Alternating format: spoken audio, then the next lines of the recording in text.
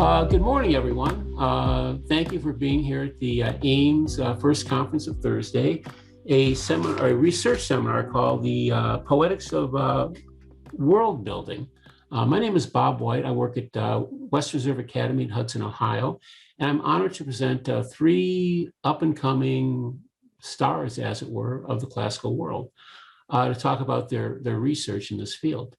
I'd also like to point out that the speakers will cover three different areas: computer games, television, and cinema in their summaries today. So I guess we'll go ahead and introduce the first person, and that's going to be Adam Rappold from Brock University. He's a specialist in ancient religions, religious thought, and the performance and reception of Athenian drama. His research is particularly interested in exploring methodologies which recover the voices of marginalized or non-elite viewers within ancient society. He completed his PhD in 2015 at The Ohio State University. Yeah. He is currently an assistant professor at Brock University, where he teaches courses on mythology, Greek tragedy, and on the reception of the classical world and popular culture. He firmly believes in keeping the ancient world alive for modern audiences, both on the stage, having been involved in staging productions of ancient drama, including as dramaturg in Brock's 2019 production of Antiquity, and on the page, having produced novel translation adaptations of the Homeric hymns designed to present cutting-edge scholarship to first-time readers. Adam, you're up. Thank you for that. I barely recognized myself in that intro, so.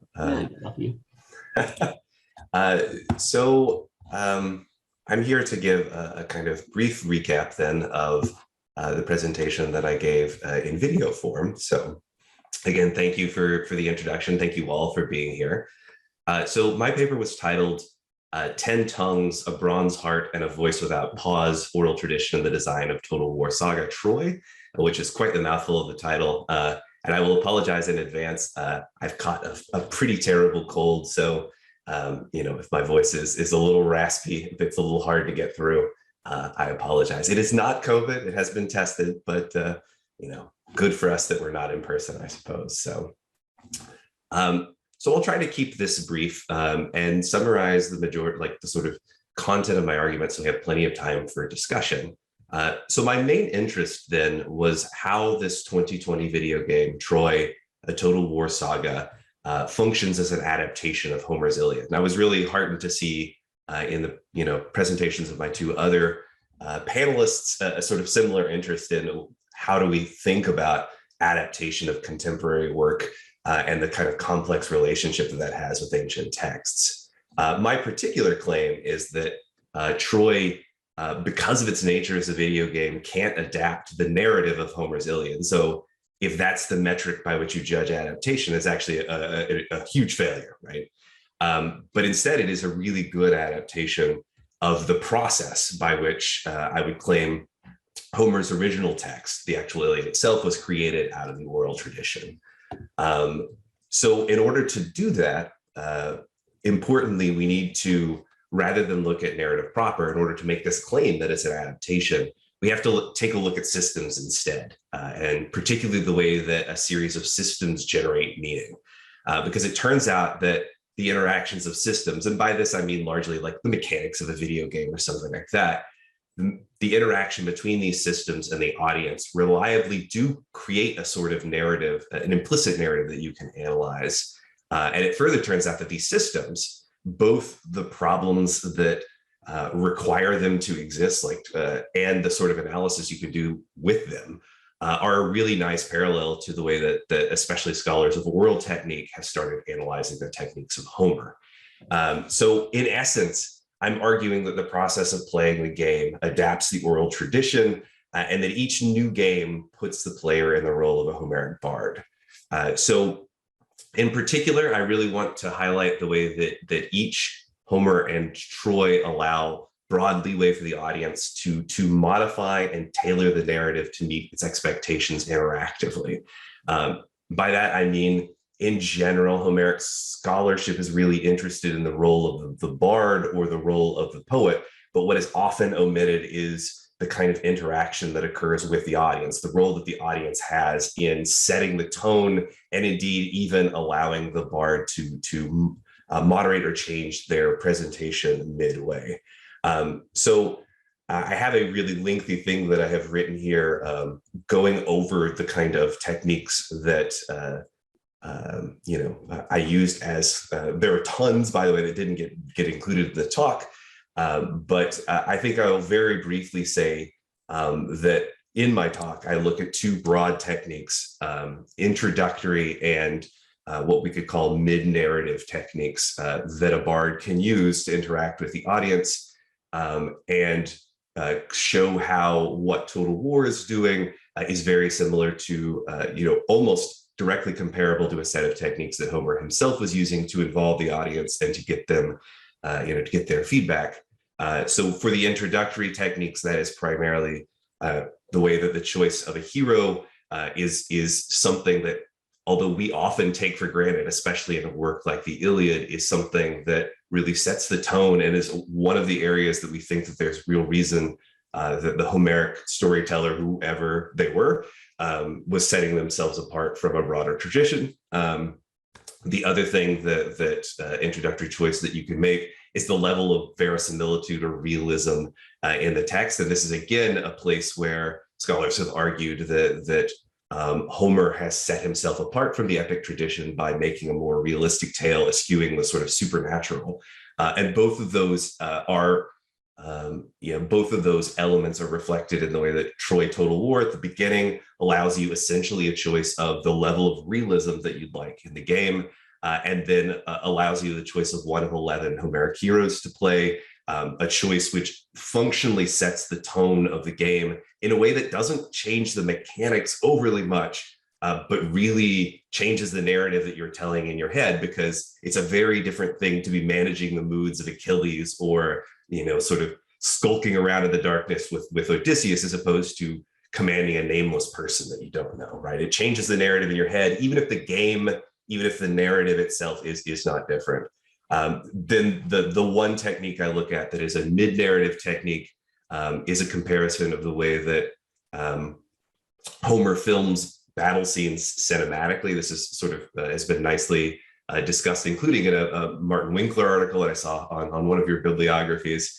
But this is compared to the way that in Troy Total War, because there are times that you don't have a ton of things to do in the battle itself because it's real time. You're encouraged to, again, set the narrative in your mind by kind of epically filming it, taking advantage of the free floating camera, creating kind of cinematic scenes. And that this is something that the game developers actually want you to share on YouTube, social media, as a way of kind of retelling your own epic story.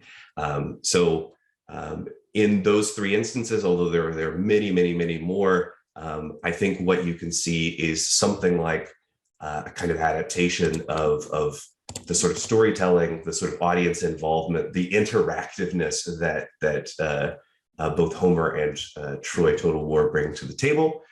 So I'll conclude just by saying there are two big takeaways, two things that I think are really interesting about this. First and foremost, it kind of creates, or at least extends, this framework that allows us to sort of better analyze video games as another modern reception in a long tradition of classical receptions, which sometimes people say we can't do, right? Like there's thought to be this kind of difference between the Iliad and video games.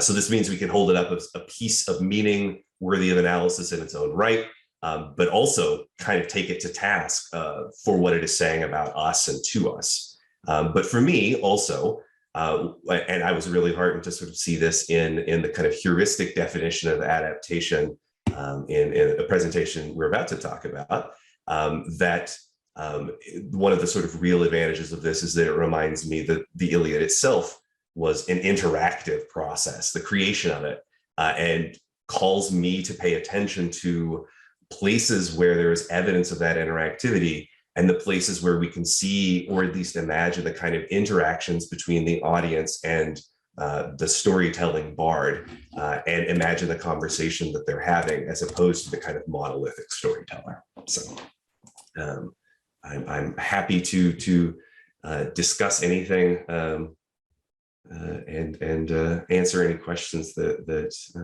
you guys have. Okay, thank you very much, Adam. Our second research presenter will be Anthony Smith from the University of Florida. He is in his first year of the PhD program in the Department of Classics and serves as a beginning Latin instructor there.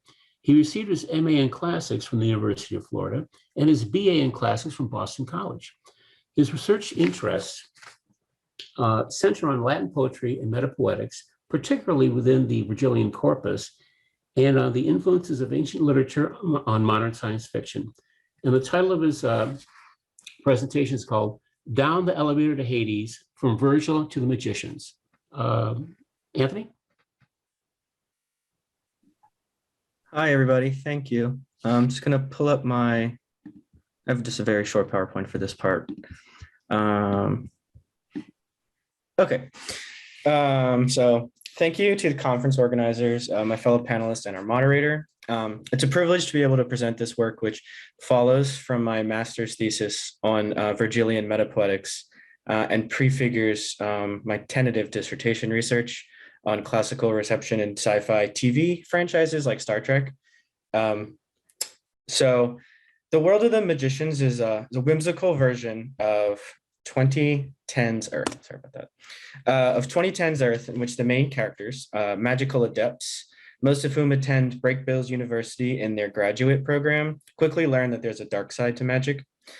During their world-saving quests across the realms of the multiverse, Quentin Coldwater and Julia Wicker find themselves entering the New York sewer and seeking passage to the underworld with the help of a dragon. We hear a ding as the elevator doors open and their souls walk into a hotel lobby. The show's version of the underworld's receiving area is what I called it. The ensuing imagery strongly reminds the reader of Latin epic, of Book 6 in Virgil's Aeneid, when we followed our hero and the Sibyl into the underworld, across the river with Charon, and onto his father Anchises in the lands of the blessed. So in a short rewind, I found that there were basic parallels to certain world elements in both pieces. For example, there's a predestined fate, which can still be quote unquote modified by mortals. And this allows both Quentin and Aeneas to push off their telos as they complete what I call side quests. And then there's the role of primitivism as marked by the native Italy of the Aeneid and Filary in the Magicians.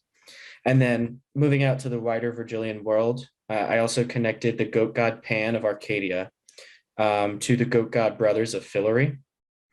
And then I finally saw a connection between the references to earlier Greek epic in the Aeneid and the references to other sci-fi franchises in the Magicians that help to note each work's foundational relationship within their genres.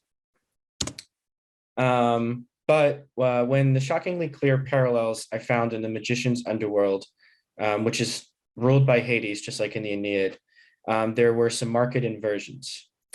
So it's Julia who seems to be leading the way and who discovers the shade of Quentin's deceased love, Alice, a shade who appears in the form of a child. Alice's shade and Quentin's soul embrace lovingly, contrasting the scene of Dido and Aeneas's reconnection. Quentin received no such promise that he could retrieve his lost love. So when he leaves and doesn't turn his back, we're not reminded of Orpheus's foolishness when he turned around and lost Eurydice again. But in not looking back, Quentin is somehow able to retrieve Alice because Julia decides to bring Alice's shade back to the living realm instead of her own. In the second major underworld scene, which begins in a pseudo-underworld mirror realm that looks a bit more like the Judeo-Christian hell, we see another inversion of the Orpheus and Eurydice scene, which itself evokes the separation of Aeneas and his wife Creusa as Troy was burning. So Quentin sacrificed himself when breaking a mirror in a place where magic often ensures destruction. And Penny, another character there, had to drag Alice away to save her. As she reaches back to Quentin in anguish with her hand outstretched, we can picture Orpheus's backward glance and the realization that his error has damned his love back to the underworld. However, it's Alice who's going to return to the world of the living and Quentin who's going to die. The survivor is the woman, but she's also not the one who is to blame, unlike with Orpheus and Eurydice. The scene continues with another ding of the elevator, where Quentin enters the underworld and goes off to his death, but not before a final heartwarming scene in which he's able to learn the futures of his friends in a similar manner to Anchises informing Aeneas of the future of Roman grandeur. But it's in these gender inversions of the underworld scenes where I found resonation with the magician's general promotion of a more equal world. And the show's fourth season, at the end of which Quentin dies in the aforementioned scene, is marked by main storylines in which previous female side characters star in arcs of empowerment. Most notably, earlier in the season, we heard two characters discuss the dangers of white male protagonism. And that's a term used by the characters. I didn't find it in research anywhere. When Quentin dies, the man, presumably the show's main character, the series still continues and it has new storylines. Julia especially receives an enhanced position of power, and she must combat misogyny almost immediately in the fifth season's first episode.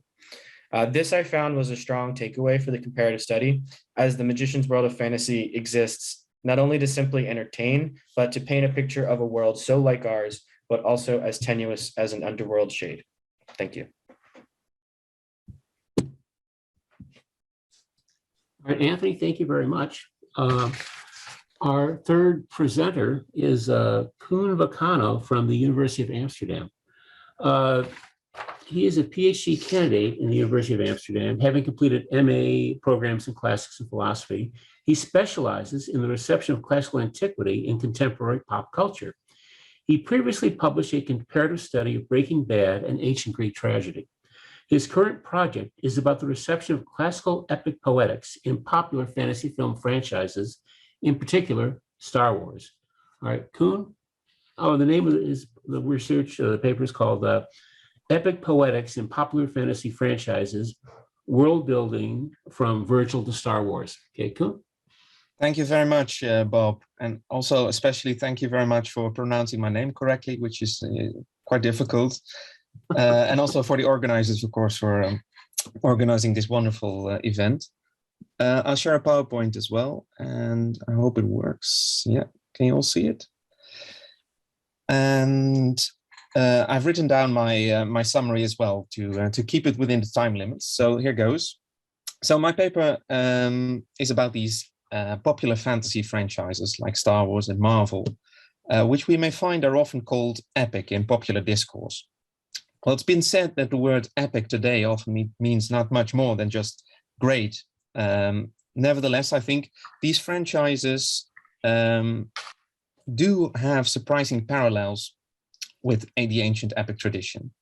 That is, if we look at their form and function and not just at their content, which is often, well, just not ancient to a large extent, but there may be some ancient content. But, well, my argument is that if we look at form, we may discover some interesting parallels as well. So as an exemplary case study, I compare Star Wars to ancient epic and Homeric epic in particular. And the main point of comparison is the notion of world building. There's world building, yes. So world building is defined in modern media studies as the suggestion of a coherent fictional world, often spanning across multiple media with its own peoples, cultures, history, etc., like in Lord of the Rings or something like that. There are two major ways in which this can be achieved. There's probably more, but for the sake of argument, two ways. First, by including a wealth of elements which are not necessary for the plot per se, authors may give their story worlds a sense of depth which extends beyond the story itself. And second, as these imaginary story worlds are often returned to in a variety of other works and media, they may continue to expand over time and increase in depth and realism. Now, even though world building is generally considered to be a modern phenomenon, developed primarily in Tolkien's Middle-earth and Lucas's Star Wars universe, I believe that it is a much more continuous phenomenon from antiquity to the present. Indeed, that some of the most typical formal elements of epic poetry can be considered powerful world-building tools, which continue to be used to similar effect in films like Star Wars.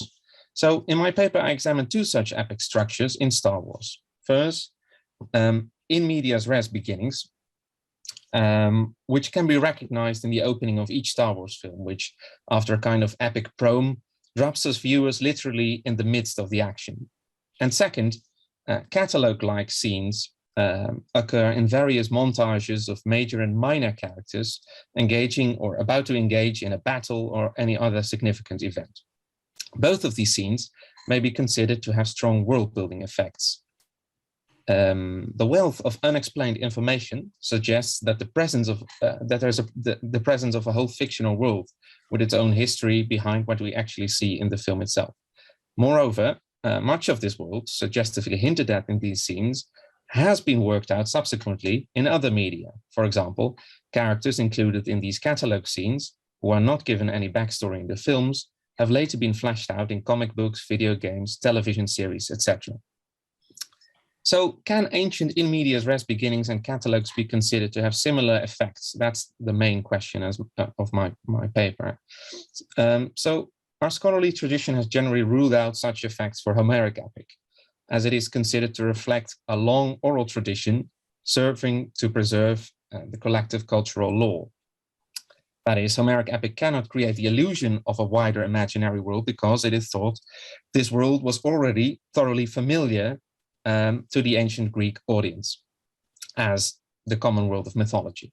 Yet, as Horace's comment on Homer's use of the in medias res technique makes clear, this was certainly not the case for all ancient audiences, at the very least not in Roman or later times. He says, ever Homer hastens to the issue and hurries his hearer into the middle of things, as if already known. So for Horace, the foremost introduction to the Trojan subject matter was probably the Iliad itself. And so he does not consider Homer to treat familiar subject matter, but rather to treat unfamiliar subject matter in a kind of style which suggests that it were familiar. So Homer's abrupt beginnings and the inclusion of otherwise unexplained characters in his catalogues may thus have had a profoundly suggestive effect on him, not unlike the world-building techniques of Lucas's Star Wars films may have on us. Thus, these parallels not only present us with two surprising sets of similarities between classical and cinematic epic, but may also increase our understanding of how the in medias res and catalog techniques work. In particular, they suggest that world-building effects depend on the amount of pre-existing knowledge of the fictional world which the audience has. Just as Horace experienced the beginning of the Homeric poems, the beginning of the Homeric poems is more suggestive than the archaic Greek audience probably would have. So conversely, people who nowadays watch the opening of the original Star Wars film after first becoming familiar with its story world, for example, through the prequel films or television series, they may not experience its originally starting effect as such. Thus, I believe, studying these similarities in poetic form between classical and contemporary epic may serve as a kind of heuristic prism which may lead us to new insights in both. Thank you.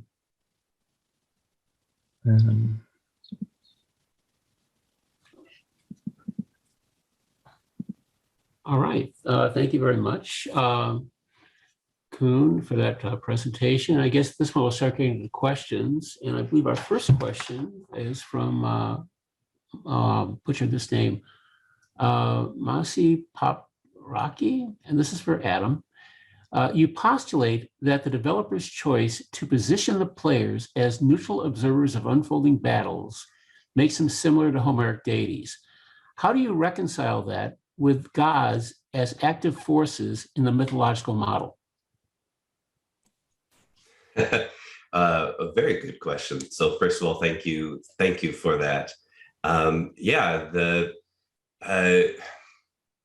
It's actually, I think, so on the first part, I will say that when I'm talking about that primarily, I'm sort of talking about the kind of perspective. And so for a moment, kind of keeping aside the scenes where the gods are directly on the battlefield or directly doing anything, whenever Homer uses a particularly distant viewpoint, that's to say, whenever we can sort of see everything unfolding, there's been this argument made that I've always really liked, that what we're essentially seeing is the divine viewpoint. And the kind of chief bit of evidence of this is normally the shield of Achilles himself, that there's this kind of view of the entire cosmos encoded on the shield.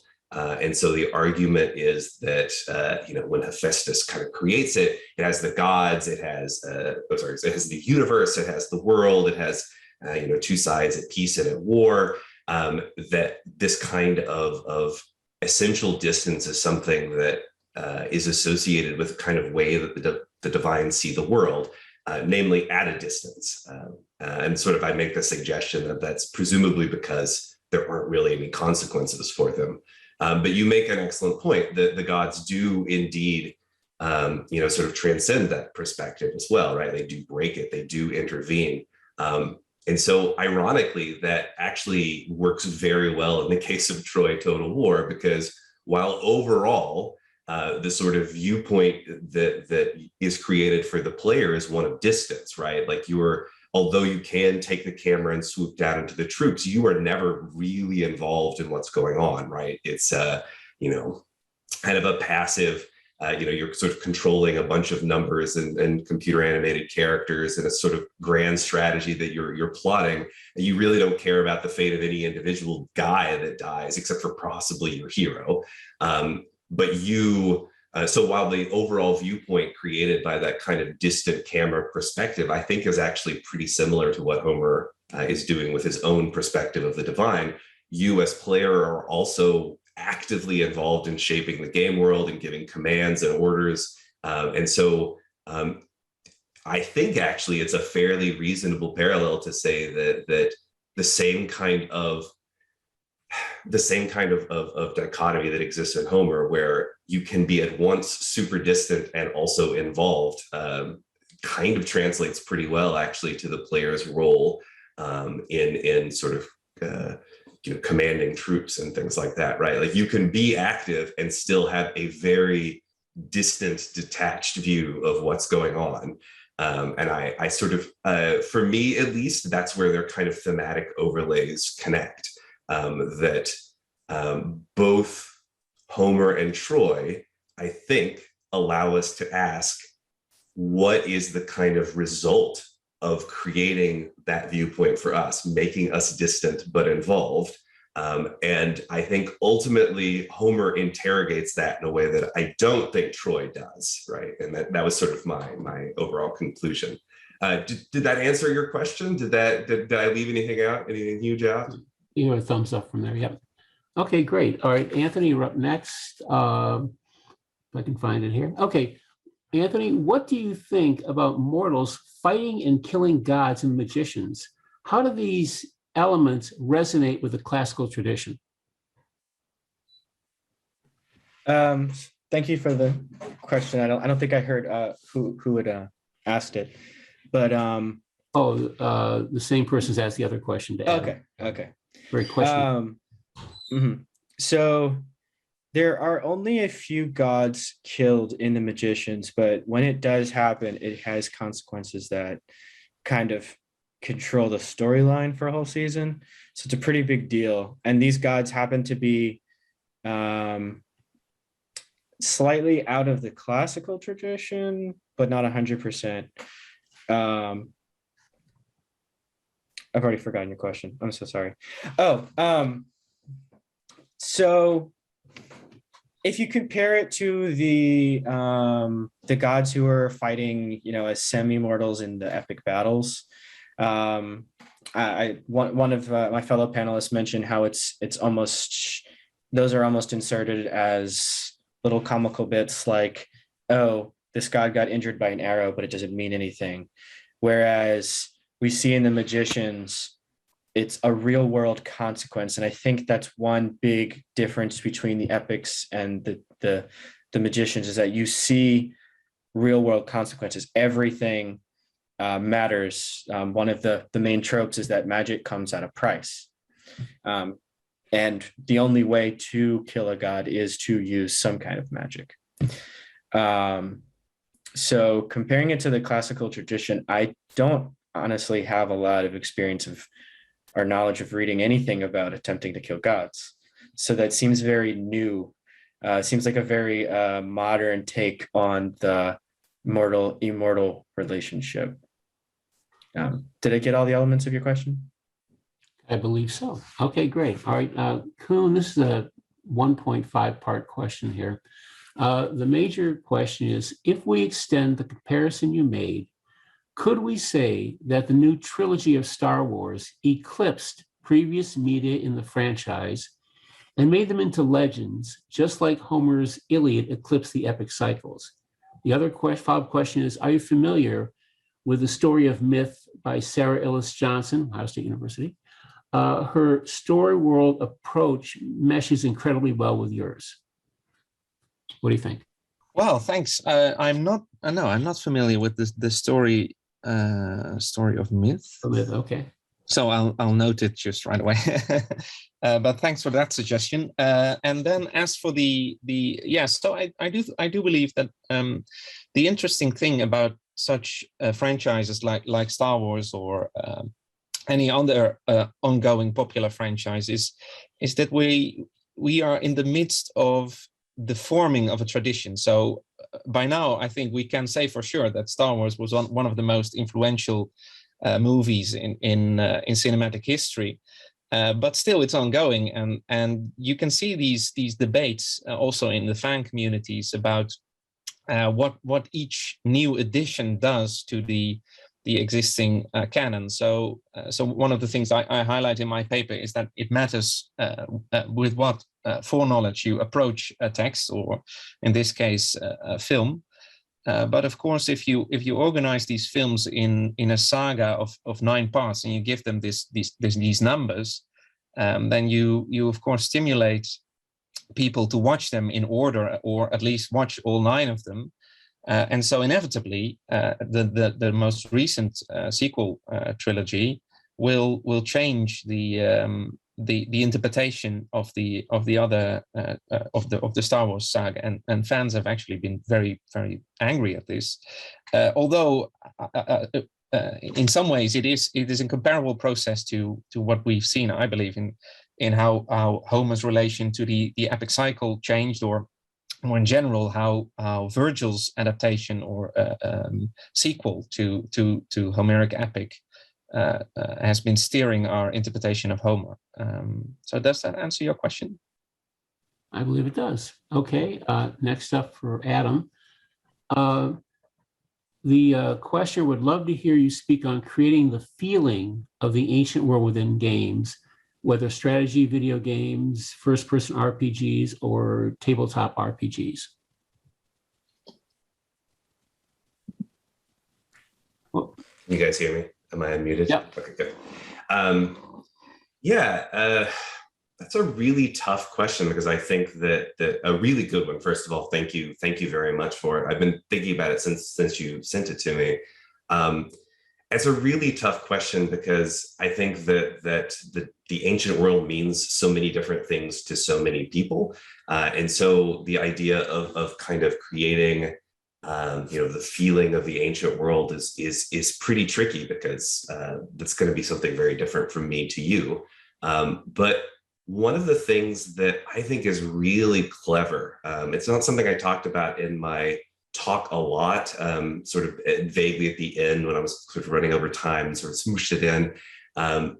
But I think that the most kind of revelatory thing that you can do in terms of creating the feeling of the ancient world is to think about the ways that you can make your player, whether in tabletop, video game, or in any sort of scenario, basically you can inculcate in their mind the sort of way of thinking that would have been unquestioned to an ancient audience hearing, any given ancient audience hearing Homer. And so a really good example of that is the way that because of the nature of strategy games, we often kind of view all conflict militaristically, because the victory objective of a strategy game is paint the entire map the color of your thing. That there's not really any, so you can federate, you can do some diplomacy, but at the end of the day,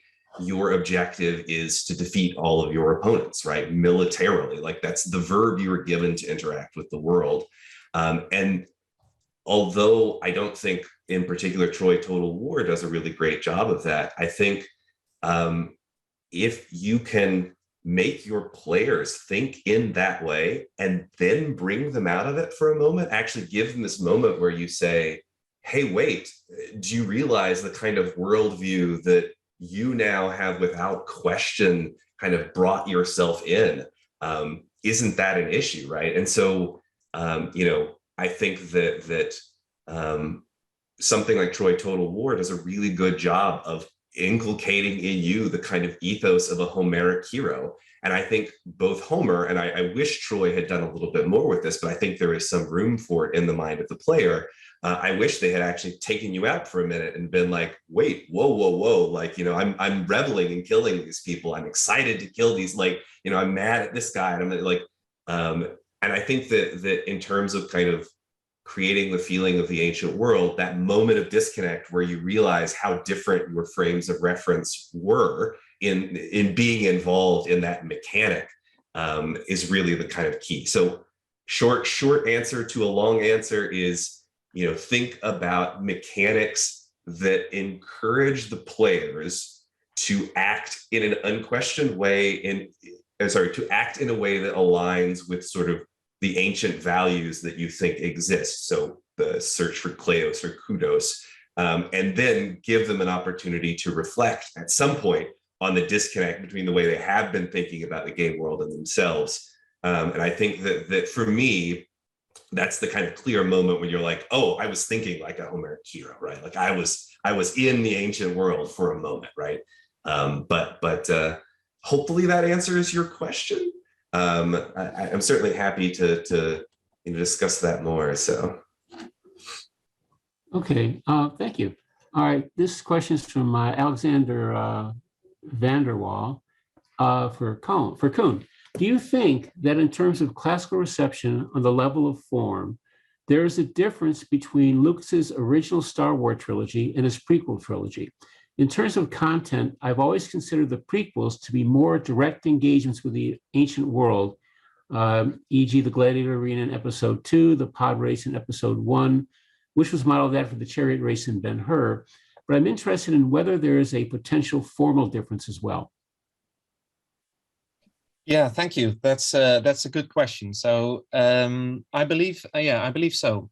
So there's a couple of layers. So let's first discuss the world building aspect of the difference. So as for coming to a movie with different sets of knowledge, so the difference is, of course, that when you first see the original Star Wars films, then they talk about this entire prehistory of the Clone Wars and the Age of the Republic, but you don't see it on screen. So this is the suggested world in the kind of the background world, the wider expanded world, which is suggested in the original trilogy. And then suddenly in the prequel films, it's realized. So there's this difference in that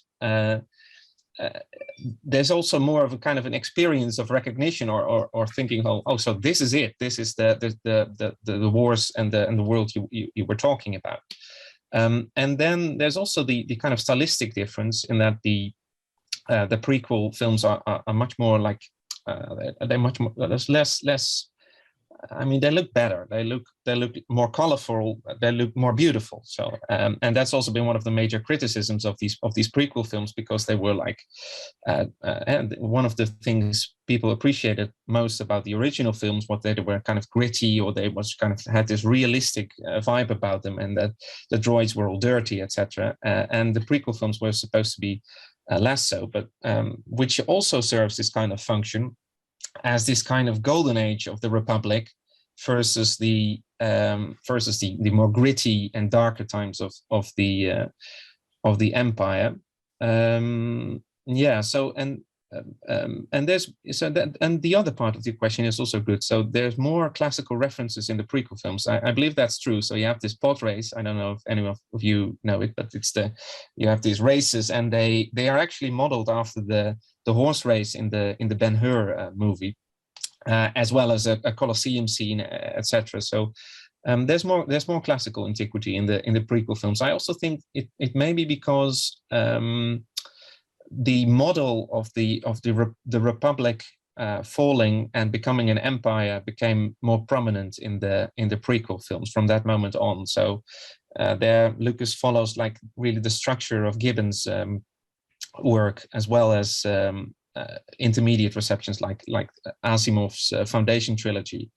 So this model of the Republic falling and becoming an empire becomes more prominent. And I think to highlight this, perhaps you have more, there's also an ancient triumphal arch somewhere and these horse races, etc. So you really are supposed to be reminded of I think the Roman Republic, or at least just the ancient world in general. Okay, great. Okay, Anthony, this is from Meredith Safran. I think she's the president of Ames. She would like to know, or she's asking the question, have you been able to get any insights into how much either author Lev Grossman or showrunner Sarah Gamble drew from classical texts intentionally, either to follow them or depart from them? I note that Sarah Gamble was also a showrunner for the TV series Supernatural, which takes a similar approach to classical myth. Anthony, what do you think? Thank you for the question.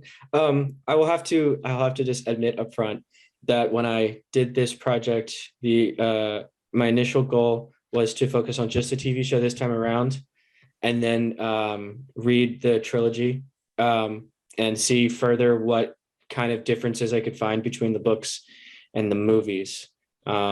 Especially now that I've heard my panelists talk about world building, which I feel could be more drawn out by the books than I said movies, but the TV series, especially now that the series has been canceled. So it ended with 5 seasons. In the little bit of stuff I read about the motivations just behind Lev Grossman, I wasn't able to find anything on Sarah Gamble. He mentioned more that his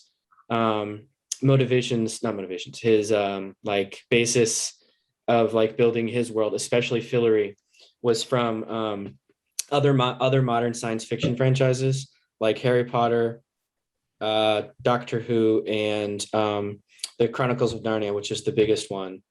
I read like one thing about C.S. Lewis and his connection to the classics, because I know it's a thing. But I didn't want to go too far away from the magicians to get into all of that.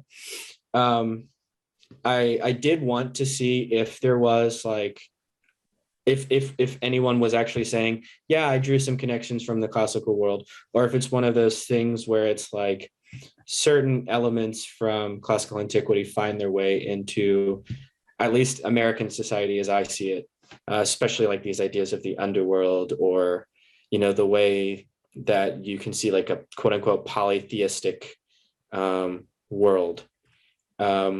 So definitely, if I were to continue the project further, I would continue finding these interviews and stuff, because I'm a little new to this area. So it was a little different kind of a research for me, looking for things, you know, that I couldn't find from a JSTOR search. So I definitely appreciate that question. And like, thanks for letting me know that is, I was going in the right direction, actually trying to find these things. Okay, thank you very much, Anthony. All right, Adam, from Alexander van der Waal again. He says, one of the many interesting points you made was that the game uses a fully navigable camera from a god perspective that often shows entire armies, whereas Homer's battle narratives often focus on individual heroes in single combat. Do you think that the Iliad would be better off, so to speak, as an action-adventure game told through specific characters, like in the game Warriors Legends of Troy, than as a strategy game?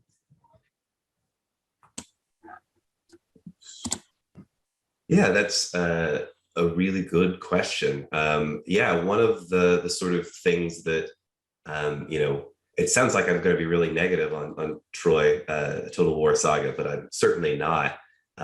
You know, I really enjoyed my time with the game, but, you know, having constructed this framework that allows us to kind of talk about these two things as works of art, you know, we can start to do our analysis and take one work or the other to task for some things that one does and the other doesn't, that we can sort of see as instructive.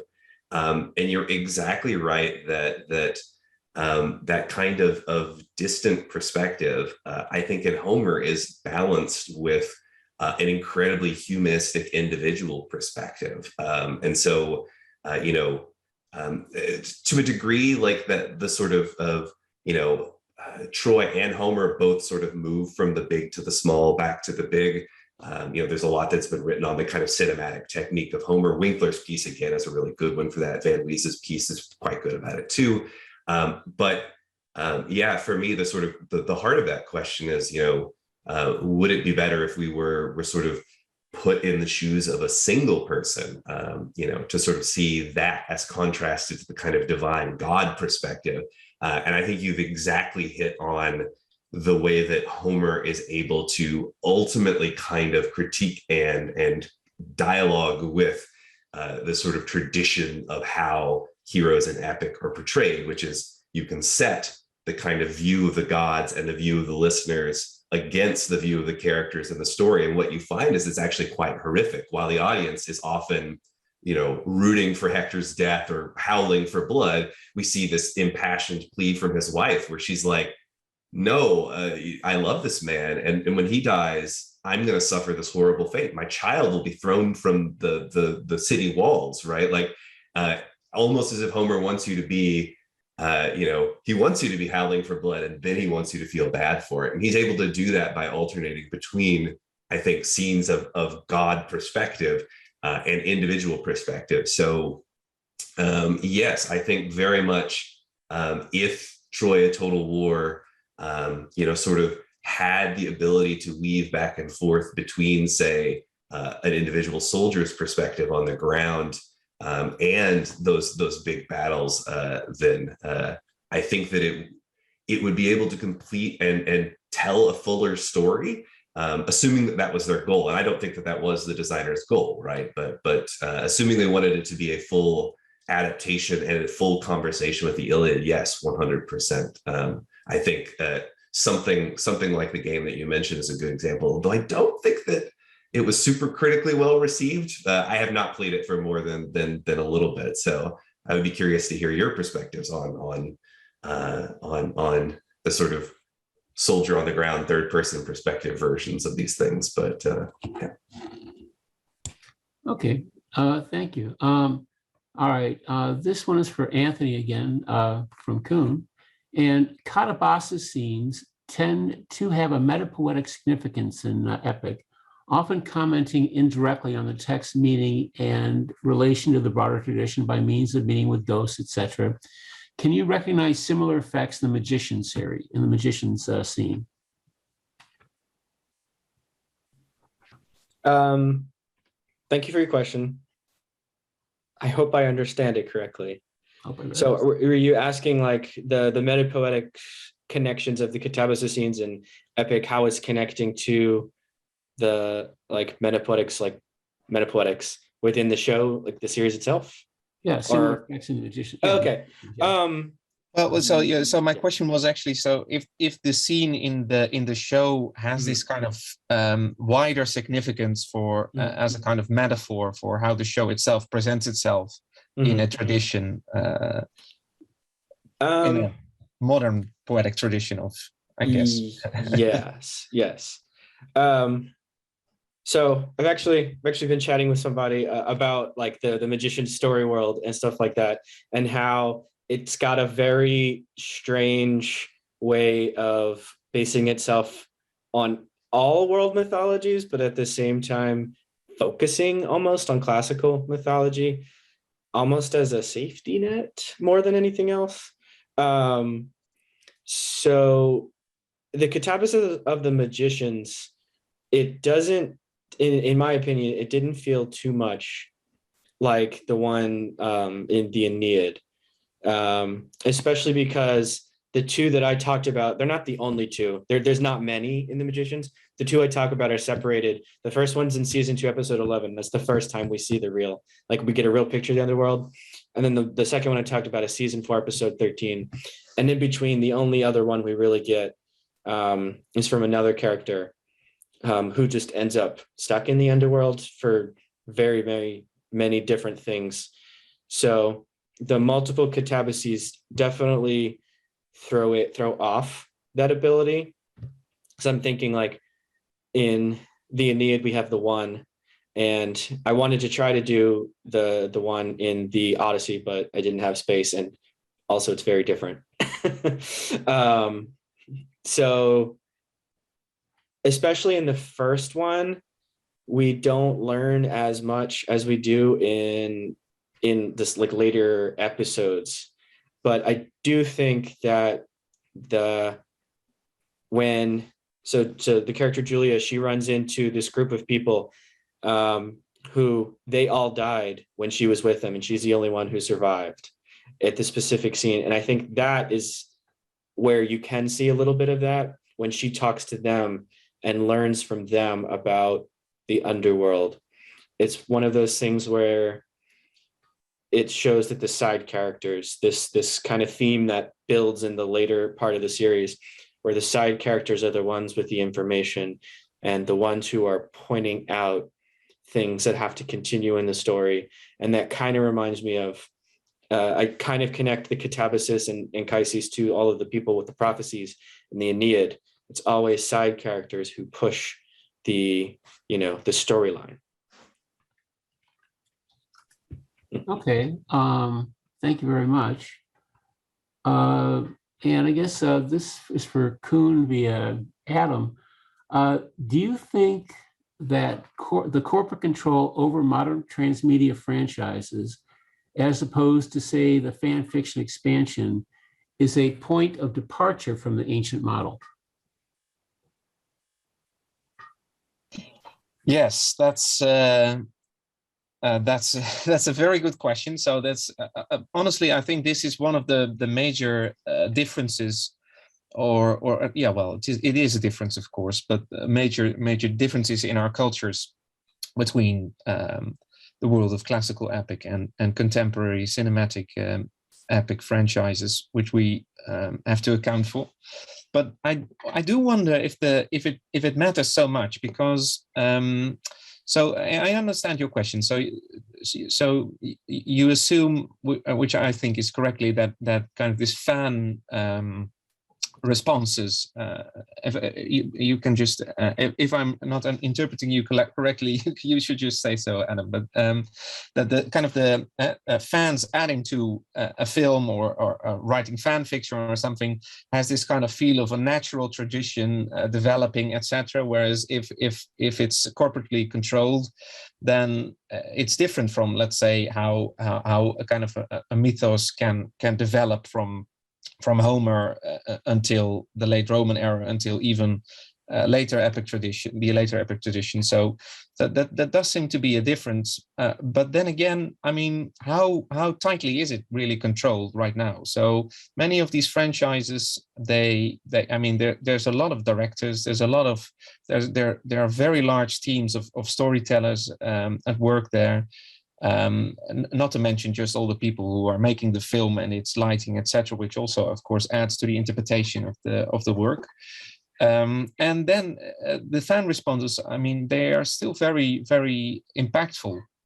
So I think these franchises show that storytelling is I guess perhaps like you mentioned in your talk, it's still kind of an interactive process, in the sense that these filmmakers are continuously like feeling or checking, or just like doing like data analyses of fan responses and changing their stories accordingly. No, that's perfect. I was just and I think you hit the nail right on the head by I did not mean to sort of stumble into this idea that there's a natural or unnatural traditions, but at first I was sort of thinking about the way that this would affect your in media res point, right? Like this idea that introducing elements that you don't expand on initially seemed to me like very crass and commercial from a corporate perspective, because they're like, oh, come see the Plo Koon show that we'll be spinning exactly. out, you know.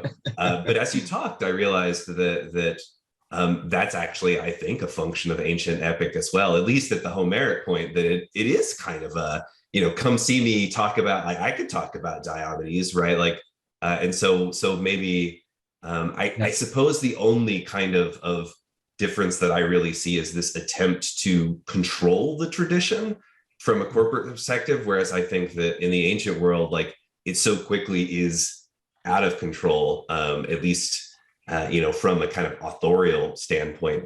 But no, I don't think it's like a silver bullet. And I think you've convinced me that maybe my well, it's very interesting. I mean, it really stimulates you to reflect on what these kind of different contexts or organizations of art, if we may call it like this, mean for what we can realize or how these works work. But then again, of course, I think there's a lot of examples in antiquity of these kind of controlling organizations or institutes as well. I mean, if you look at the Alexandrian redaction of the Homeric epic, or the what happened in the Augustan age with the canon, etc. So, I mean, and it's not set in stone what's happening right now as well. So the Star Wars, actually, they kind of just a couple of years ago, that when they were bought by Disney, they just kind of reset the entire canon and said, okay, so all of this is not canon anymore. So now we start over, and some stuff remains, but now they're building again. But who's to say this doesn't happen in 20 years again? And they say, well, just never mind episodes 7 to 9, and we'll make something new again. So we'll see. Just hoping. Yeah. Thank you very much, Koen. I think we're at the end of the session here, so I'd like to get first a very nice round of virtual applause for our three panelists, for Adam, Anthony, and Koen. So if we can give like yay type of thing there for everybody. I also have a couple of announcements here I've been asked to give here. The next research panel, Blackness and Classicisms, will start in 15 minutes in Forum B. Number 2, at noon Eastern today, Amanda Potter and Hunter Gardner will host a discussion of their new edited volume on epic and contemporary film and television. And then number 3, at noon Eastern tomorrow, Anthony Augustakis and Monica Serino will host a discussion of their new edited volume on the streaming series, Troy, Fall of a City. So I'd like to thank you all for being here today for the presentation along with the panelists, and enjoy the rest of your time here at the Ames Convention. All right, thanks a lot. Goodbye.